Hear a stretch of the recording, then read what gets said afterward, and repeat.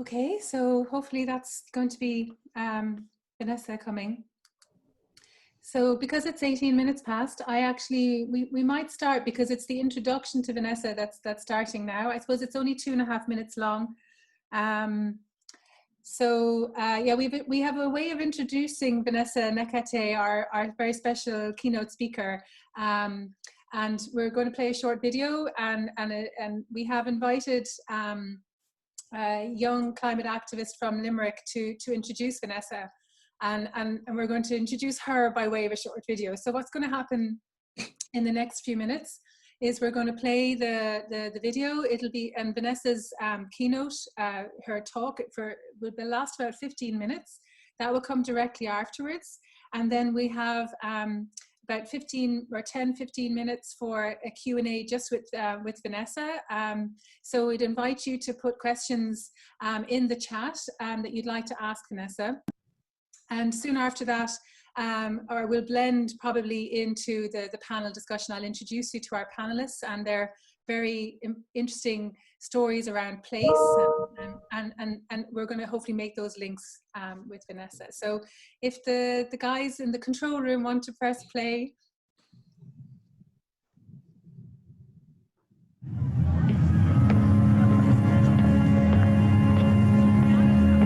I think Limerick has shaped me through many ways. I've done everything here. I played music here, all my friends are here, I go to school here, you know, it's a really big part of me. I value the history and the culture that's tied in with everyday life in Limerick.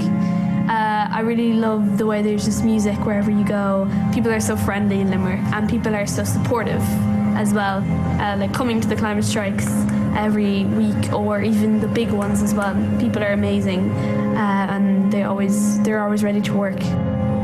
I was always a little bit scared of climate change, but I suppose I was afraid to accept it. When my mother showed me pictures of the students striking in Australia, I sort of realised that, wow, young people can actually have power, they can actually have a voice.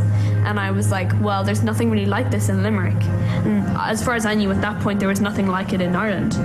And so I decided, you know what, why not do this? Why not strike every Friday? Fridays for Future believes that climate breakdown and the climate crisis is the biggest thing that affects people today. And we also believe that governments around the world are not taking enough action. What the idea is that the young people are saying, you're taking away our future, so we're going to strike from school to get your attention, and it really has worked. People have started to talk about the climate crisis, they've started to change even a little bit, and the governments have started to change, even if it's not enough, in my opinion, they have started to. I believe that Limerick can embrace the change and really act on this now. I think we have a progressive mindset here as well. We just need to put that into action and try to work towards making Limerick the best place it can be.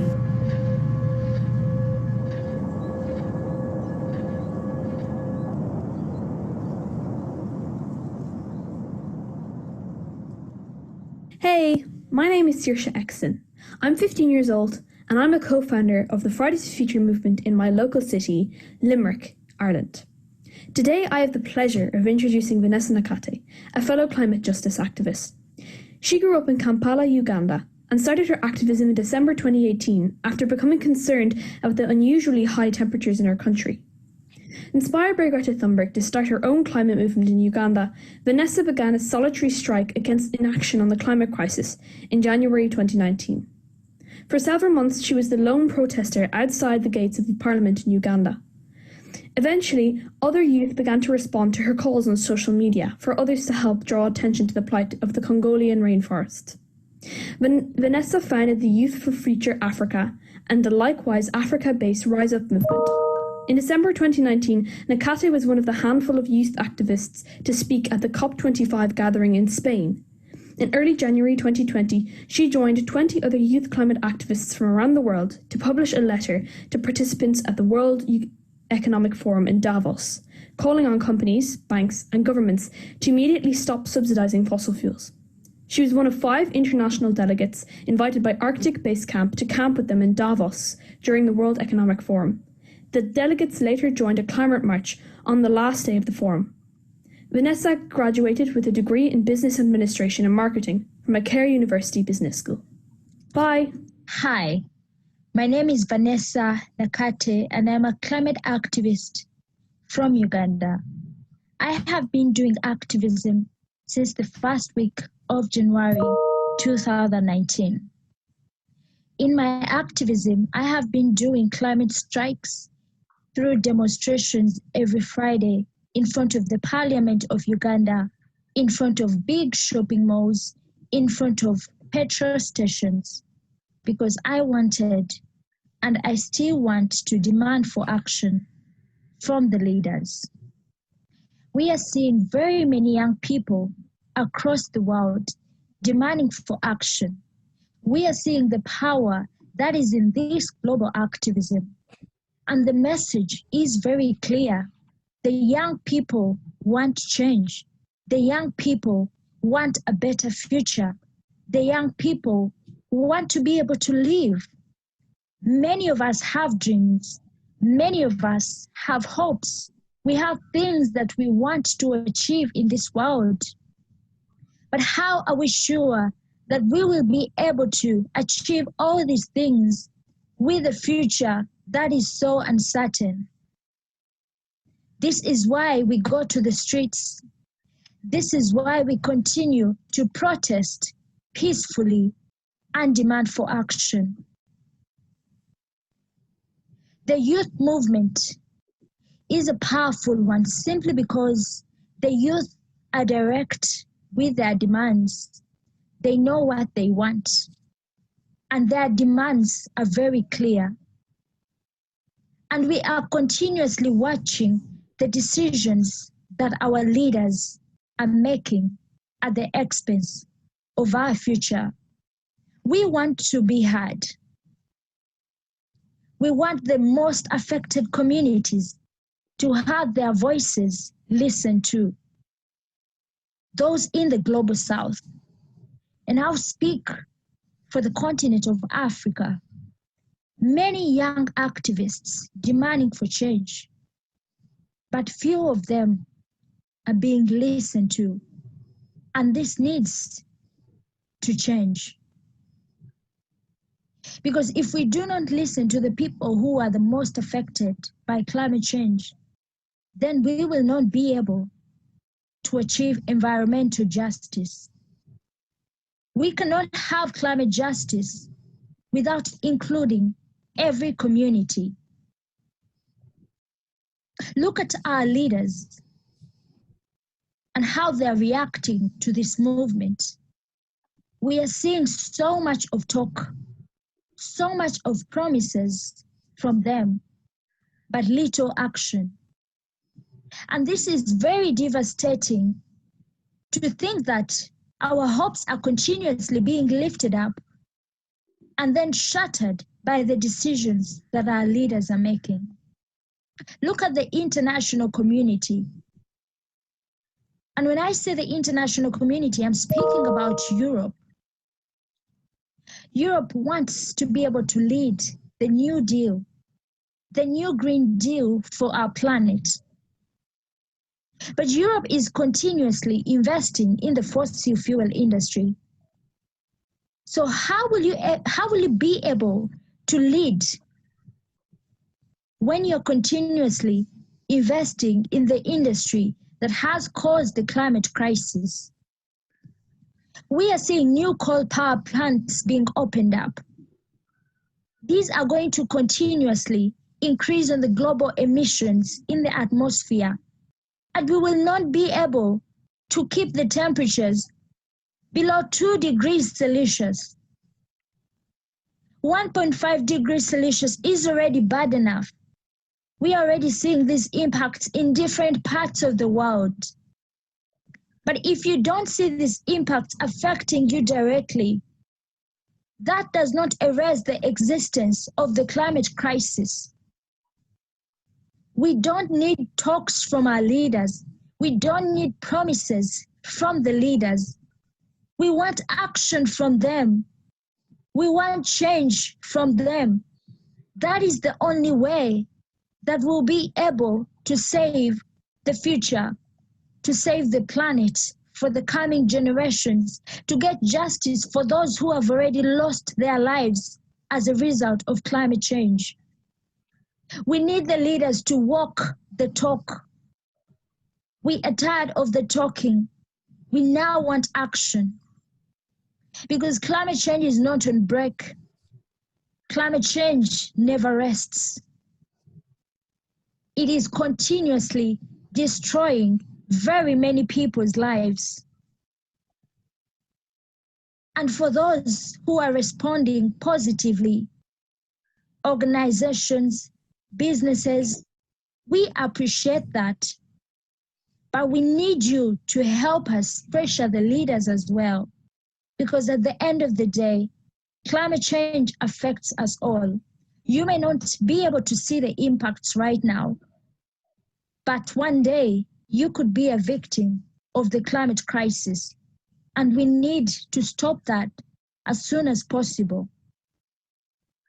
The climate crisis has destroyed very many people's lives. In my country, many people heavily depend on agriculture as a source of survival. And climate change threatens many people's farms and crops. With the increasing global temperatures, there is an even distribution of rainfall, bringing about torrential rains, heavy and long dry spells, and people are pushed to a point whereby they have to lose their crops, either because of too much heat or because of flooding, and they're left with nothing. Climate change greatly threatens the availability of food and water for the people in my country, but not just my country, but in those areas that heavily depend on their natural resources for survival, especially in the African continent. We cannot continue to watch people's livelihoods being destroyed. Look at Lake Chad. It has shrunk to 10th its size in just 50 years. But the number of people that continuously depend on this lake is increasing. So we worry about the conflicts that are going to arise because of this. Many of them are going to try and fight for ownership of the water source. And this is going to distract the peace in those regions. What I'm meaning is that if we do not address climate change, then we cannot have peace in some communities, because there will always be a struggle for the resources that are continuously being depleted. Climate change is clearly showing how much people's homes can be destroyed, how much people can be left homeless. We are in a time whereby people are expected to stay at home in order to survive the virus or in order to stop the spread of the virus.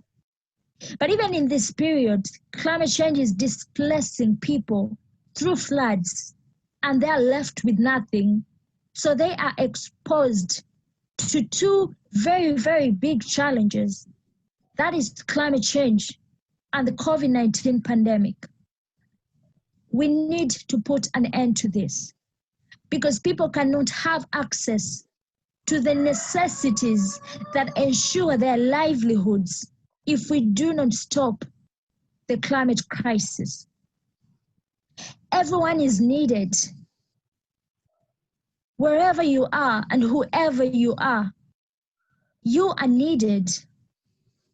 Crisis doesn't know anyone. It doesn't have a friend. At the end of it all comes after everyone. There is a lot that we need to learn from this pandemic. It has showed that when a crisis escalates, not even class can save you. Not even money can save you. This is something that you need to think about. Because if you think that climate change cannot affect you, then you are wrong. Well, right now, you may not be seeing its impact in your life, but at the end of it all, it will either affect you, affect your children, or your grandchildren. So if you feel like you cannot take action since you are not at risk, then do it for your children, or at least do it for your grandchildren. Because all of us are needed. Earth is our home, Earth is our responsibility, and we all have a part to play. Whether you're a business leader, you have a part to play. At this point, businesses cannot afford not to go sustainable. If you're a teacher, you have a part to play. You can help in educating your students about the conservation of our planet and what they can do in order to save the future. If you are a leader in government, you have a part to play, because at the end of it all we can do is speak, all we can do is demand for action as activists. But we do not have the authority to make those decisions. The authority lies in your hands. You have to choose the people over the profits. You have to choose the planet over the profit. Because your silence doesn't help us. Your inaction doesn't help us. Stop the talk and walk the talk. We need to learn more from science. It has proved that it is true in this pandemic. We need to listen to the science. We need to learn from this crisis and be able to build better. We need a greener recovery for our nations. That is the only way that will make sure that everyone has access to the necessary basic needs. Because we have seen how the COVID-19 pandemic has exposed the vulnerability of many people and many countries.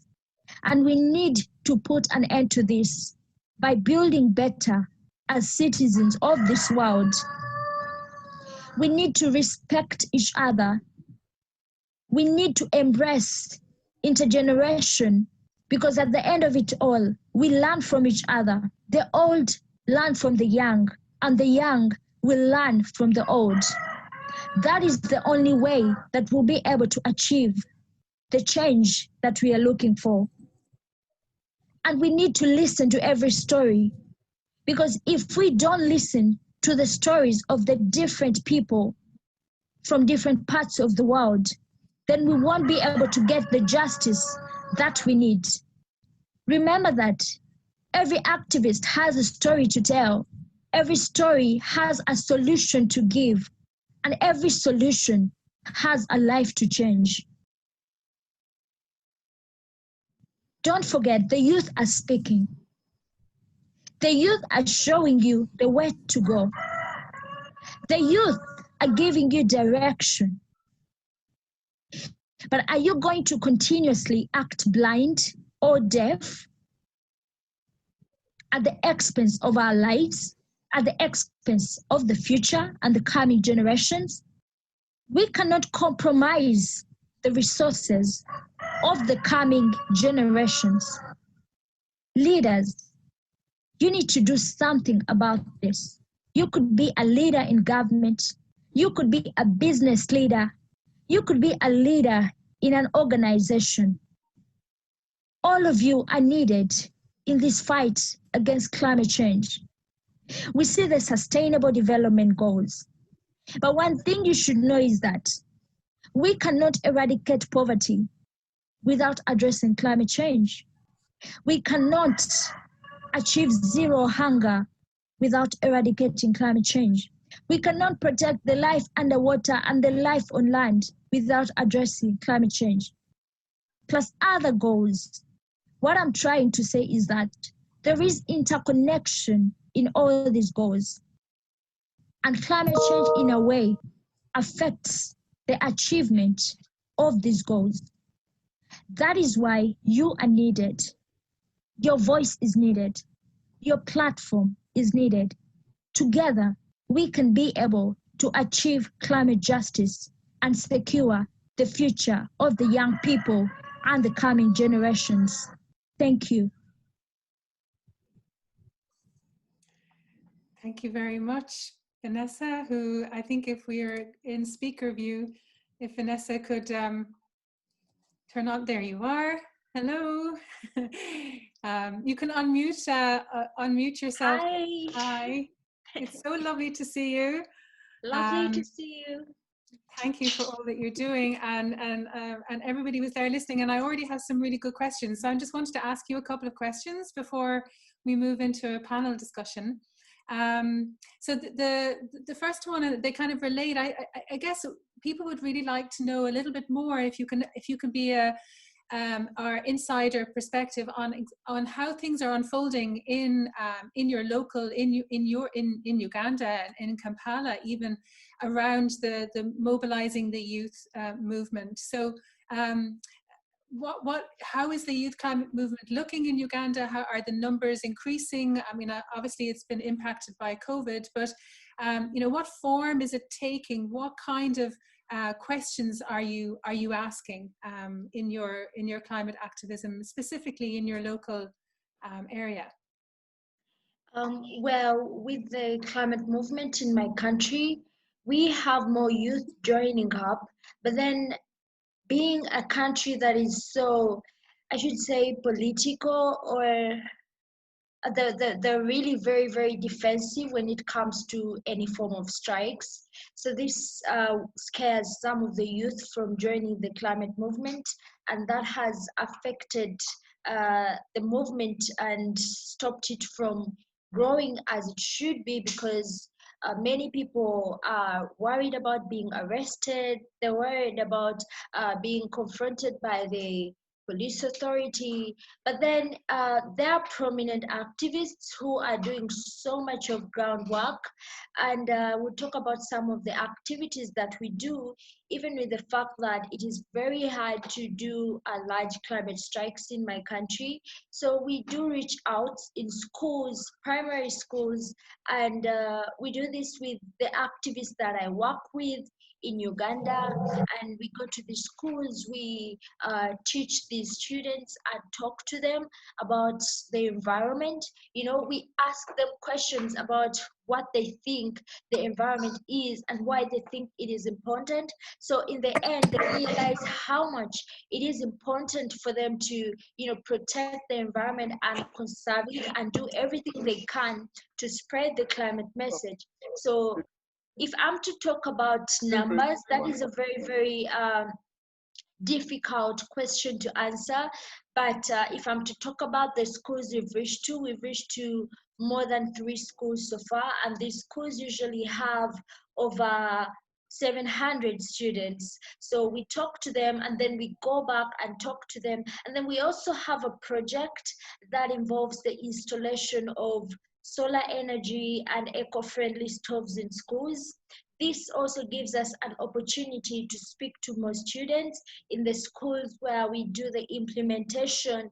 And it's not just about it being a learning experience, but it also exposes them to something new, to renewable energy that most of them don't understand, and they ask questions. And also the stoves, many of them ask why, you know, we are providing these eco-friendly stoves. So these are learning experiences. And I would say for the youth climate movement in my country, it is more of educating the students in schools, since it is very hard to do the massive strikes on the streets. That's very interesting in terms of your ability to be either maybe less public than it might be in other countries, but you have to work then in a more local kind of way. And when you're because another stream of questions are kind of looking at, you know, what kind of partnerships or interactions do you have with other actors? And like, so when you're looking at the solar panels or even with the schools, are you talking with and interacting with local government or with private actors in terms of maybe the supply of that equipment? What does the network look like? Well, when it comes to the installations of the schools, we always get in touch with local community in the schools, like the chair lady or the chairman of that community, and they get to understand the project that we are working on and why we are doing so, because it is very important when you're driving these projects in schools. It's very important to coordinate with the local leaders of those areas so that they do not feel like you are trying to maybe dominate them. They need to feel like you're working with them and you are trying to help out the community to transition to a more sustainable way of living. So that is how we network with the leaders in those communities. We reach out to them, we tell them about the project, and they're always very supportive, because at the end of it all, many people in those rural communities, they go to the schools to see the improvements and what has been carried out, because everything feels new to them. But then what really matters is it makes them very happy to see these installations and to see that we are doing something to protect the environment. You find that some of these people in these rural communities, they are local farmers. They have seen the impacts, but many of them don't understand why they have to lose their crops to droughts, or they don't understand why the floods have to come to wash away their crops. So this is also a way for them to understand that we are trying to help them in our actions. At the end of it all, they'll be able to have food security in the long run. So that is how we are able to do the networks with the people in those communities, because they are very important, so that they do not feel like you are trying to dominate and take over their community or their leadership. Wonderful. Thank you, Vanessa. And I think what we're going to do, and there's some lovely questions here, and we'll get to them kind of collectively, because I want to move now to the panel responses, because I think it just, again, to kind of get that response to Vanessa and to hear more stories. The panel that we've brought together, they're quite diverse in their own way, and it'd be really interesting just to hear these different perspectives and to grow our conversation. And I'll come back to some of the more other questions you've had by the end. But I didn't work out an order with everybody. But Ola, if I could come to you, Ola Owodunni is she's a person who is living in an asylum seeker in Ireland and is living in our direct provision centre, which our direct provision system, which is a very controversial system, which we hope there will be an end to it very soon. But I was really wanted to talk to Ola, and they get your perspective also on Vanessa's talk, and in that maybe that sense of place or displacement that you yourself have experienced. But in your own words, if you'd like just to respond to what you've heard so far. Thank you, Vanessa, for all you do, and thank you, Annmarie. I would say it's a common knowledge and a common assumption that the government feels like they can do and undo. And what I can pick from all Vanessa has been saying all along is that we can't change anything. At the end of the day, we can only advocate. Everything lies in the hands of the government. And I can remember in 2006 in my country, Nigeria, there was a Vision 2020 that was launched by the then president, and the plan was that by year 2020, Nigeria would be among the top economies in the world. I don't need to shed more light on that. We all know what's going on with our country now. There's still no infrastructure development. There's still no health development. There's still nothing. Bringing it down to partnerships here, I think. As people who are locked up in the provision centers, we often struggle to liaise with people who we feel will further our cause. And what we do is we try as much as possible to reach out to organizations that we feel have been our allies over the years. I came into the country in 2014, and but for my interaction with Movement for Asylum Seeker in Ireland, Mercy, I wouldn't have gotten to know a lot of things that I got to know now. So, and that led to the establishment of Ballyhoney's Inclusion Project. And our aim is to continue to further the causes of improving the lives of asylum seekers while they endure the long wait for the processing of their papers. So in to wrap it up, I would say that from what Vanessa is saying, we all are responsible for the actions that we take. But at the end of the day, we need to keep putting the pressure on the right people to do right by all of us and make the world a better place, if I may put it that way. Thank you very much, Ola. Thank you. Brendan Dunford, I'll come to you next. And you have a very local story of your work there in the Burren, which I don't know, people might not know the Burren, but it is a UNESCO heritage site. It's a very special and important terrain that we have in Clare, County Clare in the west of Ireland. And maybe, Brendan, if you could speak either, directly to what Vanessa was saying, but maybe mention a little bit of your own kind of change agent role that you're having there and the kind of change you're bringing about to practices and in the caring for that very special place. Sure.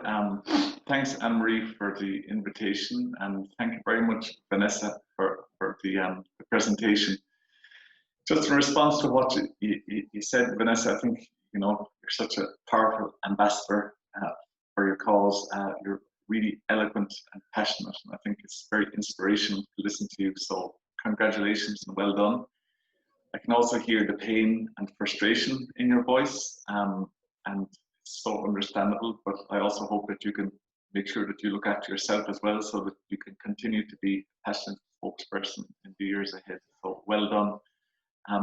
Yeah, I'm calling here from, not too far from Limerick, but I'm calling virtually from a place called the Burren, which is a really important landscape biodiversity and for heritage. So it's a really wonderful and very special place. And I know all of us come from very special places.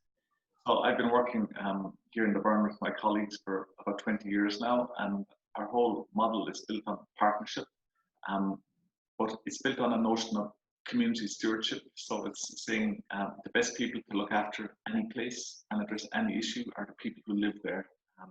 So we've been working for 20 years with school children, with farmers, with authorities to try and create a sense of ownership of the local landscape, but also of custodianship and stewardship. And I can talk a little bit about that later on, but I think I'd just like to say that, we think climate change is far away from us, but 3 months ago, before COVID came, we had 2 months of rain almost. I couldn't get to my office because of the floods. Since then, we've had 3 months of drought. We haven't had any rain, so all the vegetation here has been burnt. Cattle had no water. Farmers are under severe pressure. So we're starting to see, even in Ireland now, the impact of climate change. So it's a very real issue, and we need to be aware of that. The work that we do, the one point I'd like to make, and I might come back to the details later, is that I'm interested in the notion of the expert and the scientist. I think too often we look outside for leadership, but I think all of us within our communities have a level of expertise and knowledge which is really valuable. So one of our starting points in the Burren has been reviewing this notion of what it is to be an expert. So we've worked with local schools and shared knowledge with the kids there, and we run a very detailed course about their place. So they have a really full understanding of their place and they share knowledge about it. And at the end of that process, that course, they become the experts. They become the custodians. They become the ones with the power to make the change. And that's just the first step. But I might come back to some of the other details later, Annmarie, and give the other panelists a chance to respond. Thanks so much, Brendan. I think that's very interesting in terms of enabling the change agent and the work that you can do to make that happen. Edel Clancy, is she there? Guys, do you know if Edel is around? I'm here. There you are. Oh, there you are, Edel. Of course you are there. Okay. So yeah, Edel is Director of Communication at Musgrave, and it's a very different context. And it's good that we're hearing from kind of the NGO, the activist, and also the private actor here. And Musgrave are one of the government of Ireland's sustainable development champions, sustainable development goal champions. So you have that. You're playing that leadership role. Would you like to respond a little bit to what Vanessa was saying? Sure. Thanks very much, Annmarie. And first of all, thank you for the invitation. It's a real honor for me to be part of your discussions today. As a graduate of UL, it's nice to have the connection back again and to see in your early video some clips of Limerick, which is nice. And really would want to just acknowledge a really fantastic speech by Vanessa, really inspiring. And I suppose I was as I was listening to it, I was thinking that, you know, the enormity of the issues that Vanessa outlined there, and you know, here we are in Ireland, and you know, what can we do in that frustration that not only young people but that we all have, that when we want to make a difference, and what can we do? And so I suppose similar to some of the points that Brendan was making there, you know, as a business that is present in every town, village and community across Ireland, we're a 140-year-old company, very sixth generation, very conscious of the fact that we have to partner with others in the community to make a difference, right? And we do partner with local independent retailers. And I suppose, you know, to kind of linking back to the points that Vanessa was making, it's that, you know, think local, or rather think global, act local, and that idea of connecting with people in the local community so that they can make a difference. Because actually what we have found, and I'm sure Brenda's seen it as well, is that people actually do want to get involved more and more. When people come in store to us, they want to know the provenance of food, they want to know about packaging. And it's interesting, through the whole COVID experience, where we did actually have to increase the amount of packaging for that period. And when people ask, so does that mean you're putting aside your sustainability objectives? Well, actually, no. Where what we're saying is that there is a way of doing this in an integrated kind of way for the future, that you can actually not only protect food, but also reduce the use of packaging as well. So then if we talk about, we'll say, the local communities in which we operate, we're very involved and have been for the past 30 years in a organisation run by primarily by the Irish government, called Tidy Towns, which was traditionally about keeping towns and villages litter free. But actually that we have moved that now to a much more sustainability project, and local communities have really responded to that. So there are 1,000 committees around the country, and we're now getting local young people involved and school kids involved in pollinator programs and how to save the bees, and providing that kind of education about biodiversity and conservation. So I wanted to just say that by way of opening remarks. I know we're tight for time, so I'll pause there, Annmarie, and I can come back to some of the points later. Thanks, Edel. And we have one more of our panelists, again with a very I think an interesting role. So Keith Lawler works with JWT, an advertising agency, and is very kind of purpose-driven, I would say, in his own work and career, and has a very interesting, well, the initial case that I learned about Keith from was when you collaborated with the Irish Post service, An Post, and a particular collaboration there, a cross-sector partnership with the Peter McVerry Trust to enable homeless people to receive mail, and a very sort of simple but very practical thing, but very resonant in terms of enabling people to have that sense of place. But Keith, I'd love your own response generally, but I think I'd also like just to draw people's attention to this very interesting role that you are playing in kind of brokering relationships, perhaps, and communicating message, and getting people on board a particular message. And I think that's a very interesting role in partnerships. Yeah, well, thank you very much, Annmarie, and I appreciate being invited. It's really lovely to be invited. And thank you very much, Vanessa, as well, for really powerful words and really inspirational speech. it's brilliant to see somebody of such youth being able to take control and being able to take action into their own hands. It's really inspirational. So commend you for that. Congratulations. You mentioned some things like the government being a really difficult nut to crack, I suppose, in getting change across. My role, I suppose, being somebody who works in the creative industry in the advertising space, who has the ability to kind of go to brands who have quite a large footprint and quite a lot of power. And this is something that I'll touch on a little bit later when we go into exactly our roles within it. But somebody who can bring creative ideas to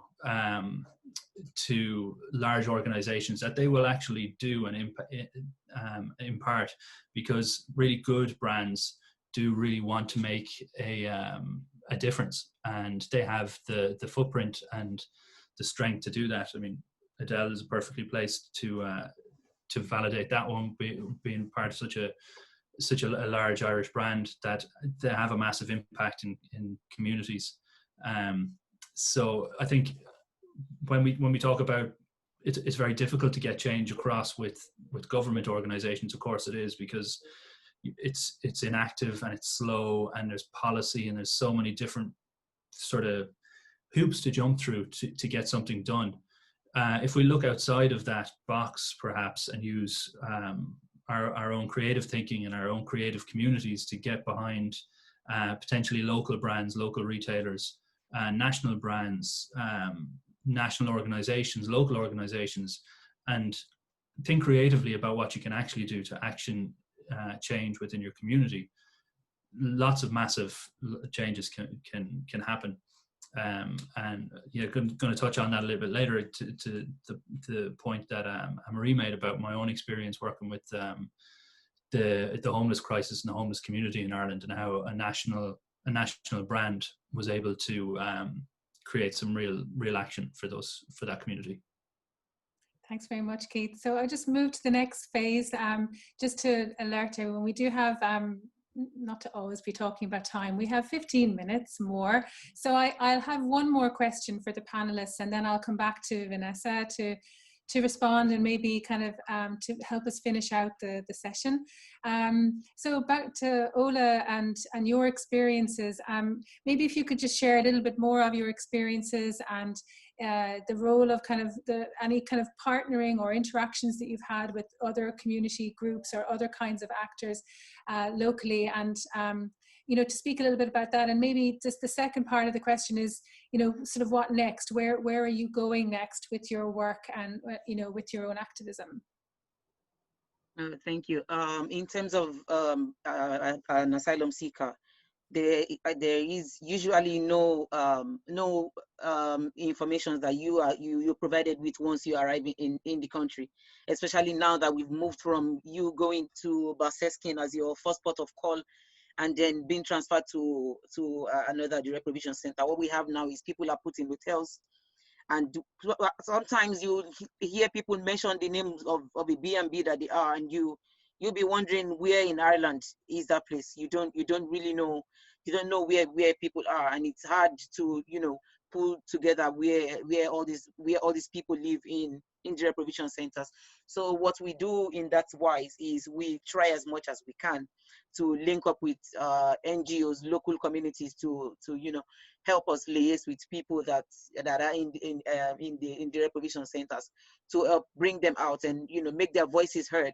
And in Ballyhoney's, where I stay, there's this narrative of up the hill, down the road kind of thing, and we are trying as much as we can to bridge that gap and say these people are just humans like you. They're just people like you. And last year we had Christmas around the world, and that was a partnership between Ballyhoney's Inclusion Project and the Ballyhoney's Family Resource Center and the Ballyhoney's Chamber of Commerce. And what we did was bring people out of the direct provision center into the local community, as opposed to people coming into the community to visit or to so to say, commiserate with us for whatever it is that is wrong with us up the hill where we are. And it turned out to be a well accepted event. So in terms of bringing up all these partnerships and all that, it's been the only avenue where asylum seekers gain access to all information that they need, and also an avenue for them to put their voices out there. And we've heard over times when people say, when you're in direct provision center, you don't dream. That's a very demeaning thing to say to somebody. You can't, irrespective of where you are, whether you're a traveler, whether you are LGBT, whether you're homeless, or whatever situation you found yourself in, don't stop dreaming. Keep dreaming. If you can dream it, and you can do it. And lastly, what I hope to see in the future is a level playing ground for everyone to interact, irrespective of where you are, of your cultural belief, or whatever your circumstances is. I want us to be able to communicate as humans and experience each other's humanity, and not just say, because you don't belong in my class, you don't belong in this room. I want us to be able to break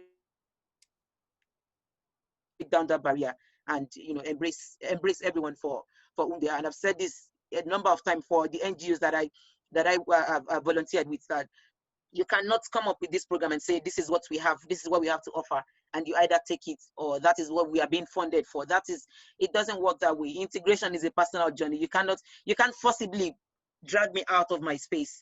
You need to let me know how this is going to benefit my life, how this is going to add value to my life, and then I can say, okay, this is acceptable, and I can bring it back to other people that might need it, and not just impose it on me. And I want you to be my ally and be my advocate, instead of you being my voice. Yeah. If I may round up that way. Thank you so much. That's really powerful in terms of that being an ally too. And I think especially for us as academics, being allies to community groups, even businesses, and what they're trying to achieve, to the youth movement. We have to sort of have a way of amplifying and supporting these practices and the change making. Brendan, can I come to you? And I'm it may be slightly shorter than we wished, but somehow again to bring us back, because it's a very powerful story that you have there about how you're enabling change at that local level through education projects and partnerships. Sure, yeah, and I'll be quite brief. So, like, where I'm coming from is that in Ireland we have declared biodiversity and climate crisis, and I work a lot with the farming community, and I know Vanessa mentioned the farming community, and I see farmers as first responders to that crisis, and all our work here is about enabling that to happen. So it's about impact. And what we found working with farmers over the last 20 years is that there's a number of really important steps. Storytelling is an important one, just to make sure that people feel part of the solution, not part of the problem. So we've retold the story about farming in a way that's more positive, and that farmers have a positive role to play. The second thing is solutions. Where did the solutions come from? I'm a great believer in indigenous knowledge. People have, especially farmers, have a great knowledge and understanding of their own place, and to draw on that to create solutions for the problems. But then I suppose one of the biggest challenges is making that change, making that shift. And I think Ola just said something very important there. It's about feeling belonging. I think for all of us, if we want to motivate change, it's about three things. Three things I've come to learn. It's about the pocket, the head, and the heart. So to make change, it has to make sense to you. So I think farmers, for instance, need to be rewarded for delivering environmental outcomes. I think that's really important. They're delivering for society. It can't be at cost of themselves. We can't expect that change. Secondly, the head. The solutions to some of the climate challenges and the biodiversity challenges are actually quite complex, and we need good advice and research and support mechanisms in order to create that thing. Lake Chad being a great example. What do we do in a situation like that? That's incredibly complicated. And the third thing, I think, which is often forgotten about, because it's not all about the money, the third thing is about the heart, about the passion, about the connection with your place. So making that connection between people and their place, the sense of power that comes from making even a small change to improve your community and your place, that can be very, very powerful. So we've spent a lot of time working on that by having especially farmers take ownership of the agenda, by leading walks on their land and showing other people what they have to do and why they do it, and creating that understanding, by celebrating the importance of good farming that produces good food with respect to the environment, having farmers as ambassadors for nature. And I think this notion of the expert, I keep coming back to it again. It's the people on the ground. I think we have to draw on their expertise and their passion and so we've created a network, and that's what we hope to do in the future, and we expand that network across Europe of farming for nature ambassadors. So looking at farmers who are doing great things for the climate and for nature on their land, celebrating those people and sharing their knowledge with those of their peers who haven't come on board with that message yet. So that's our hope for the future, and that's the work at present. Wonderful. Thank you so much, Brendan, and lovely, crystallized there in that framework. It really kind of brings things together. That it's very, I just love that idea, that real deep connection with place and that local expertise and how powerful that is. And then, again, back to you, Edel, again, I said I come to the idea that you're in the private sector and you're working at a different scale, but of course, Musgrave, the company, are the holders of this very local-based retail environment. So as you said before, you're in every small town and village and represented in that way. But tell us a little bit more about what you've been doing, I suppose, in particular with response to the COVID crisis. I think it has led to some new initiatives for you. Yeah. So, I suppose, I suppose back to the point I made earlier about this is such an enormous issue, and it's such an enormous problem for us in society to get our heads around, and how to respond to the call from young people. And I think that the strikes are good. I think they're a good thing. I think that the Black Lives Matter, protests have demonstrated that, peaceful protest can actually affect change. And I think that it is great what young people have been doing across the world, and should keep it up, really. If I bring it back then to, I suppose, what COVID has shown us as a business, is that things that we thought were impossible to do previously, we just got on and did it during COVID.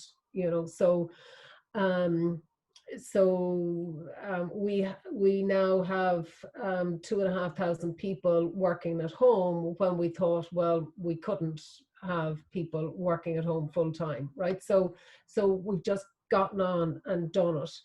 And I think that there is a learning there for us, that where we previously thought, well, it's difficult and difficult to do, and it's going to cost a lot and it's going to take time.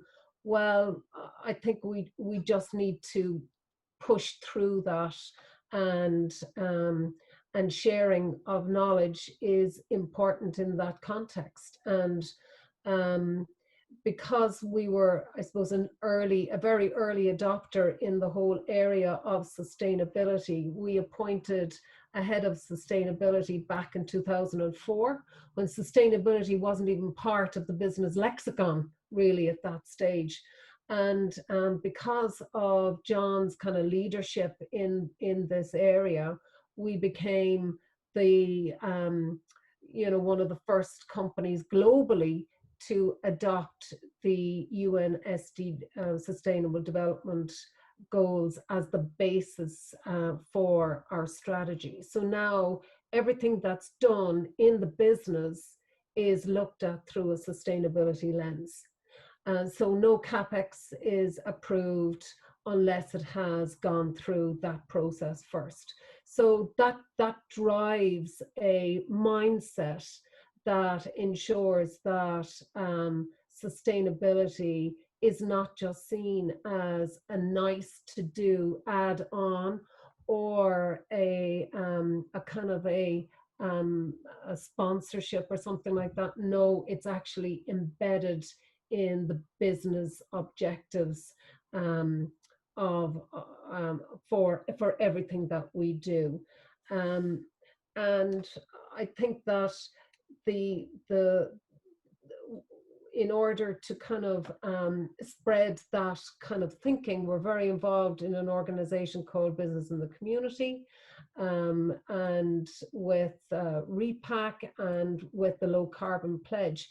And those organizations are important because it is more difficult for smaller businesses to implement some of the initiatives that that we might be able to do because we have more resources at our disposal. And again, if I look at COVID and bring it back to the local level and that kind of partnering idea, one of the other organizations that we partner with is the GAA, which is the organization that runs the native games for Ireland, hurling and football, and it is the largest volunteer organization in the country, and of course spread across every town and village. So we, during COVID, put out a call to them that we wanted to help the situation that we'd be able to get food to vulnerable people who were cocooning. And within 24 hours, we had hundreds of volunteers in those GAA club who stood up and said, yeah, we'll help. So what happened was that they went and called by their local neighbors, older people, picked up the shopping list, went and did the shopping, paid for it, and came back and worked it out with the older person or vulnerable person that was cocooning.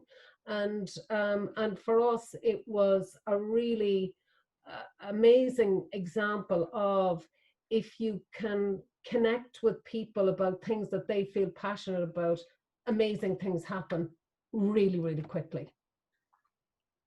Excellent. Yeah, again, that connection to place, and as you said, you know, the passion and pride is already there, and it's kind of animating it in a sense and giving it, you know, enabling that and giving that sense of purpose maybe for people and direction to put their energies of how they want to help their local community. That's a fantastic case. Thanks so much, Edel.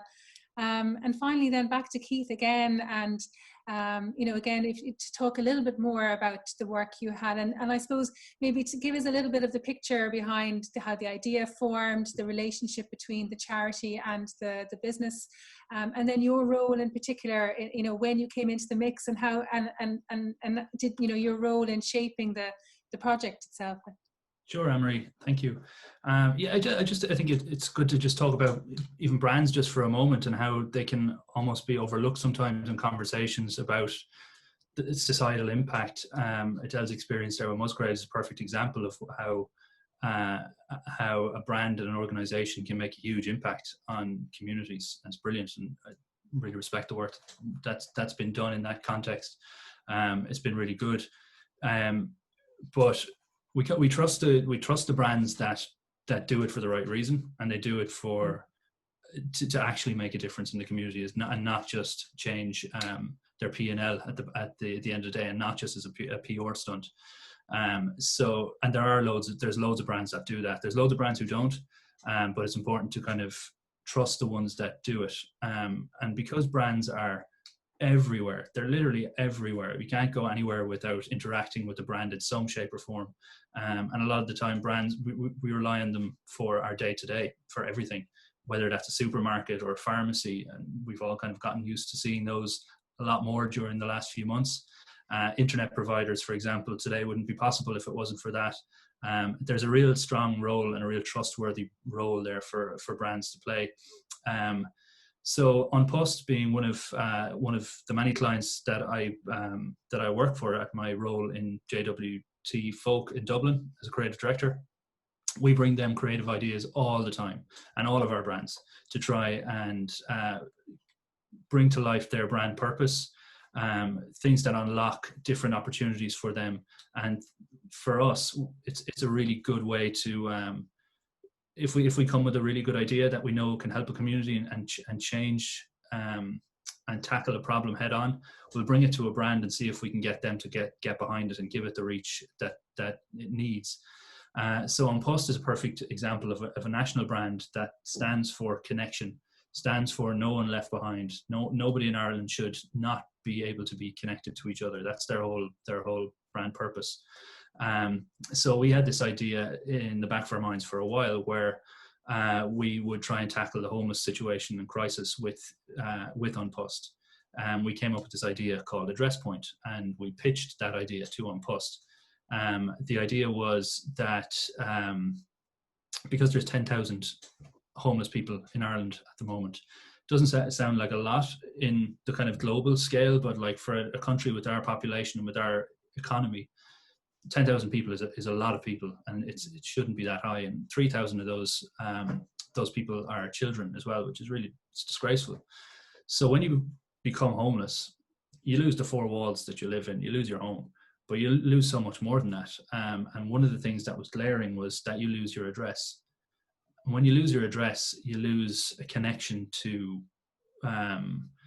family members that you might not be able to connect with. You can't apply for more housing. You can't apply for health services. You can't even vote. So it's a civil right that has been taken away by being homeless. And a lot of people don't even realize how impacted you are. Obviously you don't have a home to live in, but it's very hard to get back on that cycle of into a good place again without an address. So we came to An Post and asked them, would they be up for providing the homeless community with digital addresses that they could sign up for. It would create a new address for them. That address then would they could use to sign up for different services or whatever it is they wanted to use it for, and their post would then be delivered directly to the closest post office to where they are, which was really good, and it worked out really, really well. And since its launch over a year ago now, it's 50% of Ireland's homeless community have digital addresses. We've heard amazing stories of people getting houses now, of people getting jobs, being kind of reconnected to society where they felt that they were absolutely disconnected. But a really interesting thing came on as a knock-on effect as well, is that we've uncovered these pockets of hidden homeless people in places where the government wouldn't have expected there to be a homeless crisis. So for a lot of the west of Ireland and a lot of rural parts in Ireland, we're noticing that lots of people are signing up for these addresses, which has been great. And it's kind of allowed us to uncover there's issues there and ones that can potentially be solved. So I guess the point is really that brands are often overlooked as kind of these faceless corporations that are all about greed, and like honestly a lot of them are a lot of the time, but some of them aren't as well, and there's a real strong opportunity there for creative ideas to be brought to them and worked in partnership with big brands that have the reach that people are trying to get to, and in a meaningful way with the right brands you can make a really big difference. Thank you very much, Keith. I think, again, just so interesting to have just a different kind of actor that we don't normally think about in terms of a creative agency and the role that they could play. So thank you very much. And I think, again, your case is all about sort of giving voice or enabling voice, and I think that cuts through a lot of all the panelists were kind of talking about it, kind of connecting to place, but reaching out and kind of or enabling voices to be heard. And just to come back to Vanessa, I don't know if you would like to respond to what you've heard and the other work that's going on in terms of addressing the issues of climate in very different sorts of ways that people are experiencing, or people experiencing displacement, for instance. I just wondered if you'd like to sort of comment and maybe help finish out the session with a comment in response. Well, I'm so glad that I got to listen to everyone and the work that they're doing. In terms of climate change, we realize that it doesn't just come with the primary effects that we see, the floods or the landslides or the hurricanes. There are always those secondary effects that many people tend to overlook. For example, the displacement that you've talked about. Few people ever get to think about what happens to a family after their house has been submerged by the floods or by the increasing water levels. No one ever gets to, talk about the children who are sent to live on the streets after their families losing everything, and any other secondary impacts of climate change. So it makes me happy to realize that there are actually people who do not just focus on the primary effects, but actually talk about the secondary impacts that follow after those disasters. You know what happened in Mozambique last year, and how many people's homes and crops were destroyed by the floods.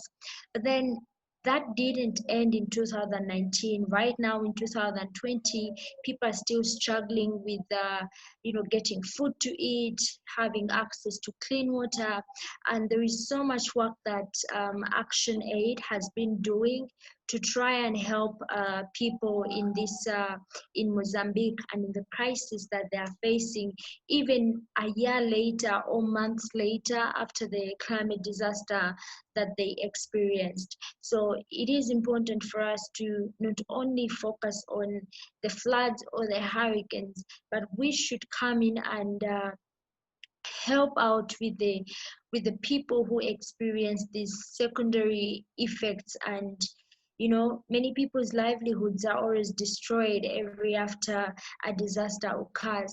But what is saddening is that most of us just stop at knowing the statistics. We never go deep and into finding out what really happens after a flood has occurred to a specific community or to a specific family. So I appreciate all the work that is being done, and I was so blessed and honored to listen to all of you. Well, thank you very much, Vanessa. And we were very much blessed and honored to hear your talk and to hear your responses. There is lots more questions, and I'm going to share them with you afterwards in case you want to help respond to them. And there's some nice discussion, and we're going to share that back on iChair with everyone afterwards. And I just wanted to thank all of to Vanessa and very much our panelists as well for sharing your stories and your stories of place and connection and belonging, but also your stories of in your own way activism and bringing about change, and how the efforts and the work that are involved in bringing about change, from listening to creative ideas or listening to marginalized people or recognizing the local expertise. All of these are elements in each of your stories that collectively tell us and teach us an awful lot about how change happens. And in a sense, I'd kind of end on, because it's so easy to get very despondent and it's so overwhelming, the problems that we face, but it is hopeful when we kind of see these grassroots efforts that are brought about to make a difference, or when the struggle continues and people are calling for their voice to be heard. I think in some ways it's hard, as you said, Brendan, it's painful, but it's also very hopeful. So thank you very much. Just thank you for helping to make the conference theme really be brought to life in your stories, and thank you so much for your contribution. And thanks for everyone for listening and joining in the discussion. So we'll sign off now, and the next session will start soon. So see you all over on iChair. Thank you so much, guys. Thanks, Annmarie. Bye-bye. Thanks, Vanessa. Bye. Bye. Bye, Vanessa. See you soon, I hope. Thank you so much.